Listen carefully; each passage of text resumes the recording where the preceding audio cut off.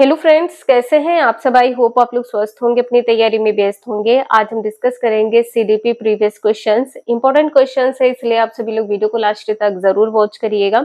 आपके एग्जाम में कुछ इसी प्रकार के क्वेश्चंस पूछे जाते हैं। यदि आप सभी लोग यूपी टेट, सी टेट किसी भी एग्जाम की प्रिपरेशन कर रहे हैं तो ये वीडियो आप सभी के लिए मोस्ट इंपॉर्टेंट होने वाली है, इसलिए आप सभी लोग चैनल पर कंटिन्यूटी जरूर बना के रखिएगा। चैनल पर पहली बार आए तो चैनल सब्सक्राइब करके बेल आइकन प्रेस कर लीजिएगा, इससे नोटिफिकेशन आप सभी को मिलता रहेगा। तो चलिए स्टार्ट करते हैं। क्वेश्चन यहाँ पर फर्स्ट दिया है, निम्नलिखित में से किसको मुख्य या अधिकारी ग्रंथि कहते हैं। जो मुख्य ग्रंथि होती है यह कौन सी होती है, आप लोग कमेंट करके बताएं। थायराइड ग्रंथि है या एड्रीनल ग्रंथि है या अंतःस्रावी ग्रंथि है या पीयूष ग्रंथि है। आंसर यहाँ पर आपका क्या सही हो जाएगा, पीयूष ग्रंथि है। जो ये ग्रंथि होती है ये सभी ग्रंथि को क्या करती है, नियंत्रित करती है। सभी ग्रंथि को क्या करती है, तो नियंत्रित करती है और निर्देशित करती है। नियंत्रित भी करती है, साथ में क्या करती है, निर्देशित करती है। तो आंसर यहाँ पर आपने देखा है डी सही है। नेक्स्ट है, विकास के लिए निम्नलिखित में से कौन सा एक उचित है, ये बताना है। यहाँ पर कहा गया है कि जो विकास है ये जन्म के समय प्रारंभ होता है और समाप्त हो जाता है। प्रारंभ हुआ और समाप्त हो गया, ये आंसर यहाँ पर गलत हो जाएगा। सामाजिक सांस्कृतिक संदर्भ विकास में एक महत्वपूर्ण भूमिका निर्वाह करता है, पॉजिटिव है। विकास एकल आयामी नहीं होता है, बहुआयामी होता है, ये यहाँ पर गलत हो जाएगा। विकास यहाँ पर कहा गया है पृथक होता है, ये भी नहीं, तो आंसर यहाँ पर आपका बी सही हो जाएगा। विकास क्या होता है, तो बहुआयामी होता है। विकास किस प्रकार की प्रक्रिया है, तो विकास क्रमिक होता है। विकास किस प्रकार होता है, क्रमिक होता है एवं मंद गति से चलने वाली होती है। विकास किस प्रकार होता है, क्रमिक होता है, और इसकी गति किस प्रकार की होती है, मंद गति होती है, धीरे धीरे होता है। एकदम से ना तो हाथ बढ़ता है, ना एकदम से पैर बढ़ता है, ना एकदम से बॉडी का स्ट्रक्चर बदल जाता है, तो एकदम से कुछ नहीं होता है, धीरे धीरे विकास होता है। ये किसने कहा है, ये कहा है स्किनर ने। यहाँ से क्वेश्चन आपके एग्जाम में पूछे जाते हैं, इसलिए आप सभी लोग वीडियो को लास्ट तक जरूर वॉच करिएगा, और कहीं पर भी समझ में ना आए तो आप लोग कमेंट करके जरूर पूछ लीजिएगा। नेक्स्ट क्वेश्चन है, यहाँ पर देख पा रहे हैं कि हरियाणा टेट में पूछा गया है। ऐसा नहीं है कि आपके यूपी टेट में जितने क्वेश्चंस पूछे गए हैं आपको वही रिवाइज करना है, ऐसा नहीं है। सभी क्वेश्चंस का प्रैक्टिस करना है, चाहे आपके यूपी टेट हो, सी टेट हो, सुपर टेट हो, या किसी अदर स्टेट में टेट एग्जाम में क्वेश्चन पूछा गया है, आपको सभी क्वेश्चंस का प्रैक्टिस जरूर करना है। तो यहाँ पर बाल्यावस्था कब से कब तक मानी जाती है, जैसे कि आपको पता है शैशवावस्था कब से कब तक होती है। जो शैशवावस्था होती है ये होती है जन्म से 5 वर्ष। शैशवावस्था कब से कब तक होती है, जन्म से 5 वर्ष होती है। शैशवावस्था जन्म से 5 वर्ष होती है, जन्म से 5 वर्ष होती है। तो यहाँ पर 5 से 6 वर्ष हो जाएगा। आंसर यहाँ पर आपका कैसे ही होगा, सी। छठे वर्ष से लेकर 12 वर्ष की आयु तक, यहाँ पर आपका सी आंसर सही हो जाएगा। किशोरावस्था की बात करें तो यहाँ पे किशोरावस्था की आयु क्या हो जाएगी, किशोरावस्था की आयु क्या हो जाएगी, तो ये हो जाएगी 12 से 18 वर्ष। 12 से 18 वर्ष हो जाएगी। इसके बाद में है प्रौढ़ावस्था। प्रौढ़ावस्था कब से कब तक होती है, तो प्रौढ़ावस्था की जो आयु होती है ये होती है 18 से 40 वर्ष। ये होती है 18 से 40 वर्ष। इस टाइप के क्वेश्चन आपके एग्जाम में बहुत पूछे जाते हैं, तो आप लोग इनको नोट डाउन जरूर कर लीजिएगा, इंपॉर्टेंट है, एग्जाम में पूछे जाएंगे। नेक्स्ट है, यहाँ पर आपसे पूछा गया है, ये देख सकते हैं कि सीटेट के पेपर में पूछा गया है। पॉजिटिव निगेटिव टैग वर्ड का भी आपको, चाहे यूपी टेट हो, सी टेट हो, चाहे आप सभी का कोई भी टेट एग्जाम हो, पॉजिटिव निगेटिव टैग वर्ड का जरूर ध्यान रखना है। यहाँ पर कहा गया है कि बच्चे के उचित विकास को सुनिश्चित करने के लिए उसका स्वास्थ्य शारीरिक विकास एक महत्वपूर्ण आवश्यकता है। यह कथन किससे संबंधित है। देखिए, यदि शरीर ही स्वस्थ नहीं होगा तो बालक का मन पढ़ाई में नहीं लगेगा या किसी काम में नहीं लगेगा, तो शरीर का स्वस्थ होना जरूरी है। तो बिल्कुल सही है, विकास क्रम में शारीरिक विकास सबसे पहले स्थान पर आता, तो ये तो कोई कारण नहीं हुआ। यहाँ पर आंसर आपका बी सही हो जाएगा। सही है, क्योंकि जो शारीरिक विकास होता है ये विकास के अन्य पक्षों के साथ अंतः संबंधित होता है। आंसर यहाँ पर आपका बी सही हो जाएगा। यहाँ पर कहा गया है कि जो यहाँ पर बोला गया है शारीरिक विकास महत्वपूर्ण आवश्यकता है, ये गलत है। ये तो यहाँ पर गलत हो ही नहीं सकता है। यहाँ पर भी कहा गलत है, तो बी आंसर आपका सही हो जाएगा। विकास है, इसमें किसका विकास किया जाता है? तो शारीरिक विकास होता है, शारीरिक विकास है, शारीरिक विकास है। इसके बाद में मानसिक विकास है, इसके बाद में क्या है? मानसिक विकास है। इसके बाद में सामाजिक विकास है, सामाजिक विकास है। और इसके बाद में संज्ञानात्मक विकास है। इसके बाद में क्या है? संज्ञानात्मक विकास। नेक्स्ट क्वेश्चन है, निम्न में से कौन सा कथन बच्चे के विकास में परिवेश की भूमिका का समर्थन करता है?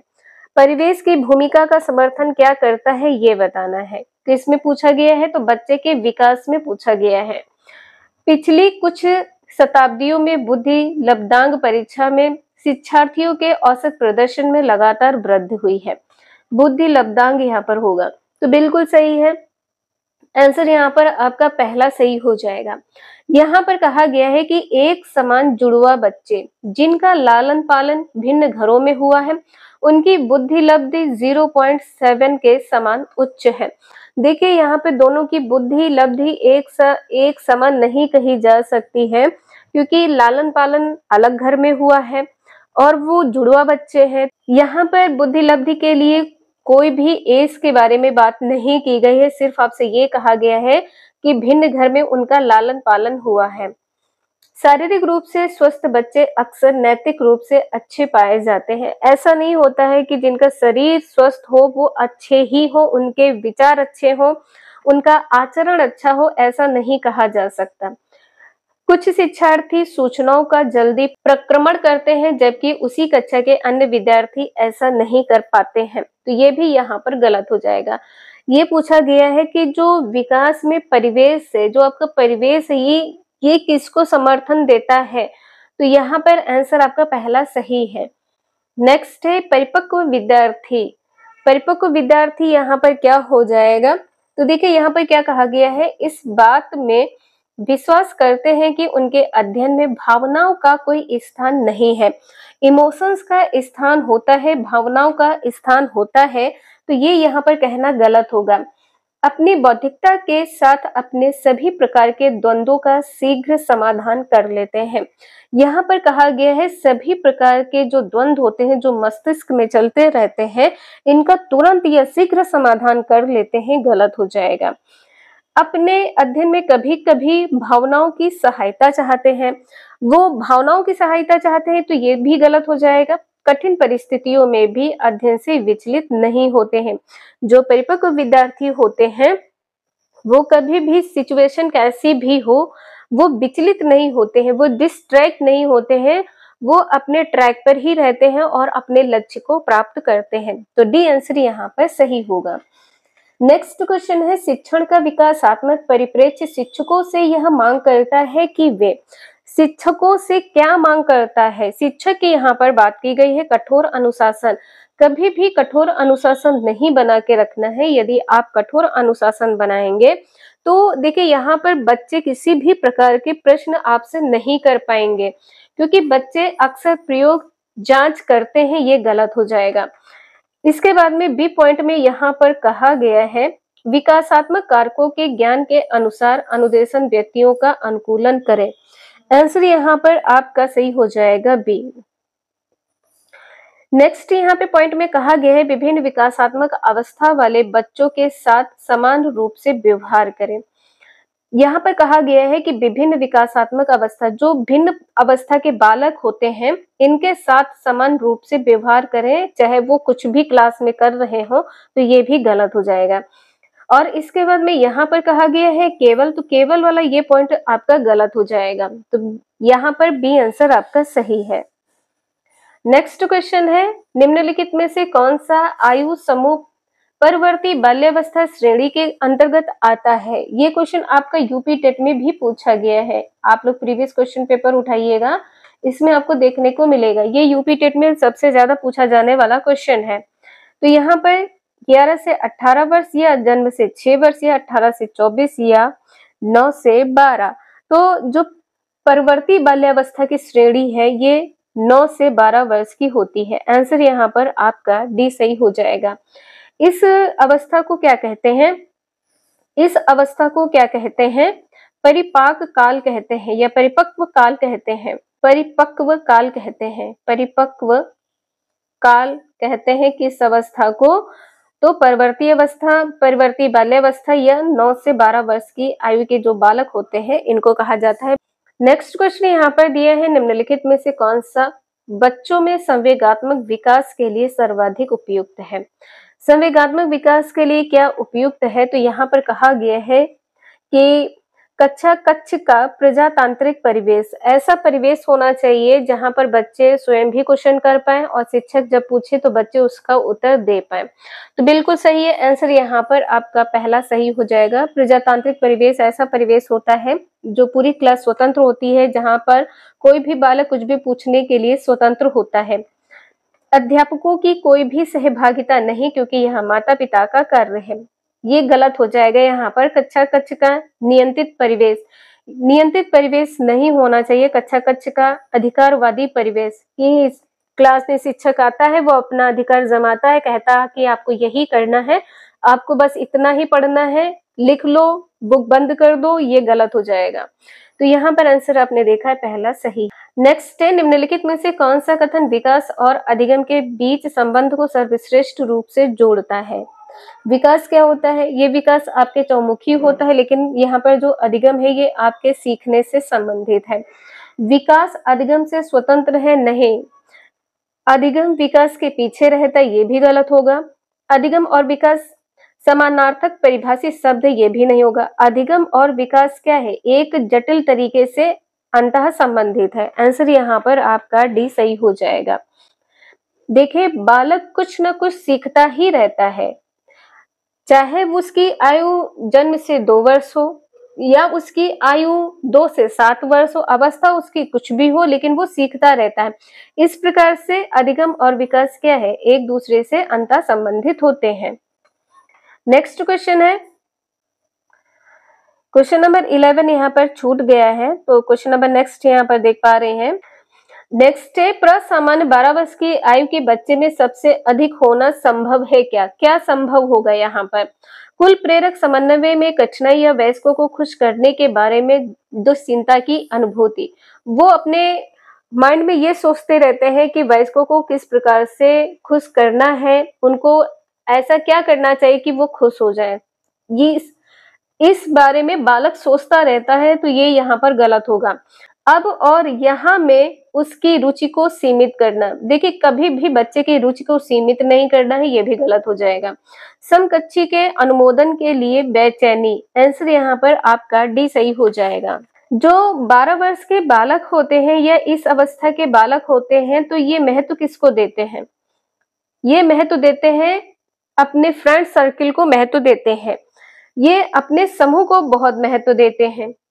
ये सबसे ज्यादा महत्व किसको देते हैं? अपने क्लास में ग्रुप को महत्व देते हैं, समूह को महत्व सबसे ज्यादा देते हैं और उनका अनुमोदन प्राप्त करना चाहते हैं। जैसे कोई 2 बालक है, आप उनको महत्व देते हैं, लेकिन वो आपको महत्व नहीं देते हैं। आप उनको महत्व दें, वो भी आपको महत्व दें, तो ये महत्व देना ही एक दूसरे को क्या हो जाएगा? अनुमोदन हो जाएगा। तो आंसर यहाँ पर आपका डी सही है। नेक्स्ट है, अल्पवयस्क बच्चों के अधिगम में अभिभावक की भूमिका होनी चाहिए किस प्रकार? यहाँ पर कहा गया है कि निषेधात्मक कोई भूमिका नहीं होनी चाहिए, बिल्कुल भूमिका तो होनी चाहिए। यहाँ पर कहा गया है संवेदनात्मक, ये आपका गलत हो जाएगा। अग्र सक्रिय होना चाहिए, पेरेंट्स को आगे बढ़ चढ़कर बच्चों को यहाँ पर मोटिवेट करना चाहिए, उनको सिखाना चाहिए, उनको आगे बढ़ाने के लिए निर्देशित करना चाहिए, परामर्श देना चाहिए। तो यहाँ पर आंसर आपका सी सही हो जाएगा। उदासीन, कोई प्रतिक्रिया ना होना, ये भी गलत हो जाएगा। नेक्स्ट है, बचपन का सांप्रतिक दृष्टिकोण की मान्यता है, यहाँ पर आंसर क्या सही होगा? बचपन की यहाँ पर बात की गई है, तो बहुत तरीके से बच्चे प्राप्त वयस्कों के बराबर हो जाते हैं। प्राप्त वयस्कों के बराबर हो जाते हैं, ये यहाँ पर गलत हो जाएगा। जो वयस्क उनके सामने है या जिस माहौल में रह रहे हैं, वहां जो वयस्क हैं उनके बराबर हो जाएंगे, ये गलत होगा। बच्चों को युवा प्राप्त वयस्कों के रूप में सबसे अच्छा माना जाता है, ये भी आपका गलत हो जाएगा। बचपन है तो यहाँ पर उनकी समानता वयस्क से हम नहीं कर सकते हैं। बचपन आधारिक रूप से प्रतीक्षा अवधि है, ये भी यहाँ पर गलत हो जाएगा। आधारिक रूप से कहा गया है कि प्रतीक्षा अवधि है, इसमें बालक प्रतीक्षा करता है, ये गलत होगा। आंसर यहाँ पर डी सही हो जाएगा। बचपन क्या है? बचपन वृद्धि एवं परिवर्तन का एक अनूठी अवधि है। परिवर्तन की क्या है? एक अनूठी अवधि है। डी आंसर सही है। नेक्स्ट है, विकास के किस काल को अत्यधिक दबाव और तनाव का काल कहा गया है? किसको कहा गया है? किशोरावस्था, मध्यावस्था, प्रौढ़ावस्था या वृद्धावस्था? तो यहाँ पर आंसर आपका सही हो जाएगा पहला, किशोरावस्था को कहा गया। तूफान एवं तनाव का काल किसको कहा गया है? किशोरावस्था को कहा गया। तूफान का काल भी कहा गया है, ये भी ध्यान रखिएगा। नेक्स्ट है, विकास का वही संबंध परिपक्वता से है जो उद्दीपन का डैश से है। तो परिवर्तन है या प्रतिक्रिया है? उद्दीपन होगा तो प्रतिक्रिया होगी। जब आप किसी को भोजन के लिए देते हैं, थाली देते हैं, तो वो प्रतिक्रिया करेगा, खाना है या नहीं खाना है। तो आंसर यहाँ पर आपका भी सही हो जाएगा, प्रयास या परिणाम नहीं होगा। नेक्स्ट है, शैशवावस्था में बच्चों के क्रियाकलाप डैश होते हैं। मूल प्रवृत्त्यात्मक, संरक्षित, संज्ञानात्मक, संवेगात्मक। शैशवावस्था कहा गया तो मूल प्रवृत्त्यात्मक हो जाएगा। आंसर यहाँ पर आपका पहला सही है। और यह अवस्था कब से कब तक होती है? 0 से 6 वर्ष की अवस्था होती है। नेक्स्ट क्वेश्चन है, स्व केंद्रित अवस्था होती है बालक के। स्व केंद्रित अवस्था कौन सी अवस्था होती है? जन्म से 2 वर्ष या 3 से 6 वर्ष या 7 से किशोरावस्था या किशोरावस्था? तो देखिए, जो स्व केंद्रित अवस्था होती है ये कौन सी अवस्था है? 3 से 6 वर्ष की अवस्था होती है। इसमें बालक क्या करता है? तो स्वयं की खुशी के लिए चिंता करता है। स्व केंद्रित का मतलब क्या है? यदि कोई छोटा बालक है, वो खिलौने के लिए रो रहा है और आप उसको खिलौना नहीं देंगे तो रो रो कर वो बुरा हाल कर देगा, लेकिन अगर आप उसको दे देते तो वो वहीं पर चुप हो जाएगा। तो वो क्या करता है? वो अवस्था स्व केंद्रित अवस्था हो जाएगी कि अपने आप को खुश करना है। नेक्स्ट क्वेश्चन है, माँ बाप के साये से बाहर निकले अपने साथी बालकों की संगत को पसंद करना संबंधित है। देखिए, माँ बाप के साये से बाहर जो बालक निकल जाते हैं वो किस संगत को पसंद करते हैं? तो पूर्व किशोरावस्था से संबंधित है। अपने समूह को पसंद करते हैं। ठीक है, जो किशोरावस्था है ये अगर मेल है तो फीमेल की तरफ अट्रैक्ट हो जाएगा, अगर फीमेल है तो मेल की तरफ अट्रैक्ट हो जाएगा। ये अवस्था कौन सी अवस्था होती है? किशोरावस्था होती है। और ये समूह में रहना पसंद करते हैं, उनकी संगत के साथ रहना पसंद करते हैं। तो यहाँ पर आंसर आपका बी सही हो जाएगा, पूर्व किशोरावस्था। नेक्स्ट है, मानसिक परिपक्वता की ऊंचाइयों को छूने के लिए प्रयत्नरत रहना संबंधित है किससे? देखिए, यहाँ पर बालक यदि अपने मन में ये विचार कर लेता है कि उसको सीटेट पास करना है, यूपीटेट पास करना है, तो ये क्या है? एक तरीके से ऊंचाई है, ये आपने अपने मस्तिष्क में सोचा है। तो ये अवस्था आपकी किशोरावस्था होती है। जब बालक ग्रेजुएशन कर लेता है उसके बाद में उसको बस यही लगता है कि नहीं, अब किसी तरीके से कोई भी कॉम्पिटेटिव एग्जाम क्लियर करके उसकी जॉब लग जाए, तो ये किशोरावस्था हो जाएगी। प्रौढ़ावस्था या बाल्यावस्था ये दोनों नहीं होगा, यहाँ पर ये गलत हो जाएगा। तो पहला आंसर यहाँ पर सही है। आज के लिए इतना ही, मिलते हैं नेक्स्ट क्लास में। अगर आप लोगों को ये वीडियो थोड़ी भी यूजफुल लगी हो तो लाइक शेयर एंड सब्सक्राइब जरूर करें और चैनल पे कंटिन्यूटी जरूर बना के रखिएगा। यहाँ पर आप सभी के सीटेट यूपीटेट दोनों क्लासेस कंटिन्यू हैं। आप लोग यहाँ पर यदि एसएसटी की क्लास कर रहे हैं तो आप लोगों को बता दें कि यहाँ पे 3 से 4 क्लासेस आपकी हो चुकी हैं और आपकी यूपीटेट की क्लासेस 10 से 12 कंप्लीट हो चुकी है पर सब्जेक्ट की, चाहे वो आप सभी की सीडीपी हो, हिंदी हो, चाहे आप सभी के एसएसटी हो। आप लोग कंटिन्यूटी जरूर बना के रखिएगा और जितनी भी वीडियोस हैं आप सभी लोग उनको वॉच करते रहिएगा टिल एग्जाम। मिलते हैं नेक्स्ट क्लास में। Thank you for watching this video.